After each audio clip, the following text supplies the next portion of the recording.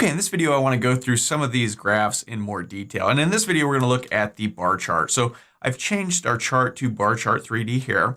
And let's just come down here, and here we have our chart title. You can do a lot of different things by chart dot something. And so we're going to look at some of those in this video and do some other things as well. So the first thing we can do is add a label for our X or our Y axis. So we can go chart.y_axis.title. And we can set this equal to anything we want. Let's just call this y-axis title. And we can do the same thing for the x-axis. So I'll just copy and paste and change this to x-axis title. So let's go ahead and save this and head over to our terminal and run this guy again. And now we can open our company_salaries file, and we see now we have a y-axis and an x-axis title. So that will work with most of the graphs. That's not really a bar chart thing, but it's definitely useful. So let's go ahead and close this. We can also change the shape of the items in the graph. You know, we have a bar. We can change those different shapes. So we can go chart.shape, and we can set this equal to, for instance, pyramid. Let's save this, head back over here and run it.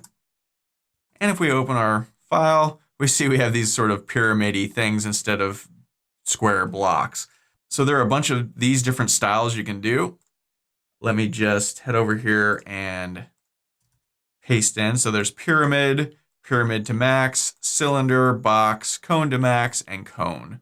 So if you're curious, we could try cylinder, save this, run it, open this guy again, and you see now they're sort of rounded. So play around with these if you want. You can check them each. I'm not going to go through each one because that would just take forever. And you can try that on your own if you're interested in the different styles that are available. Speaking of styles, we can also set a specific style. So this one's a little weird. So let's go chart.style, and let's set this equal to, say, 5. So let's save this and run it. And if we open this guy again, you see now these are different colored.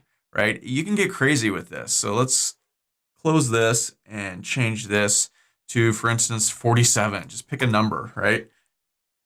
So let's run this again and open this. And you can see now it's black and blue. So there's not a really good source of documentation for those different numbers. So I can't really tell you what number 23 does or what number 13 does. But if you want to go through there and look at all those, feel free to do that. I wish there was better documentation on that. There isn't. But you know, play around with it and maybe you'll find a style that you like. So, okay, that's style.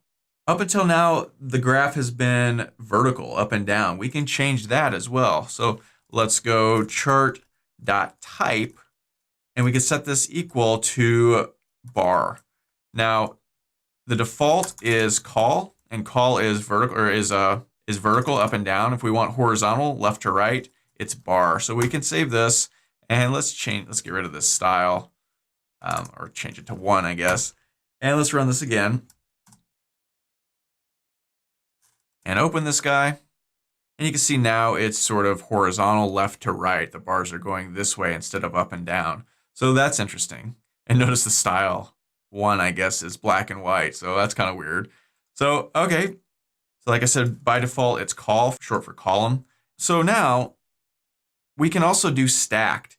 And to do that, we need to actually change our original data. So let's open our company_salaries file, and let's just add some more data. So 1, 2, 3, 4, 5, 6, 1, 2, 3, 4, 5, 1, 2, 3, 4, 5, 1, 1, 2, 3, 4, 5.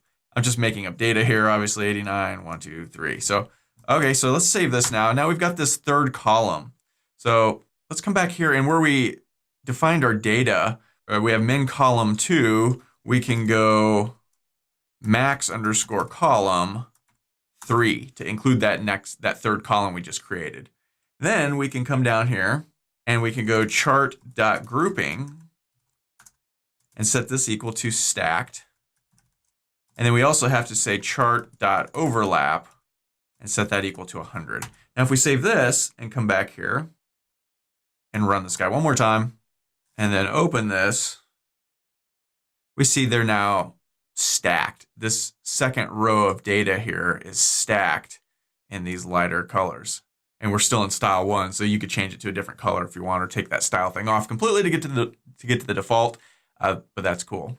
So those are bar charts in a little bit more detail. A lot of stuff you could play around with, test out different things, and that's fun. So in the next video, we'll look at area charts in a little more detail.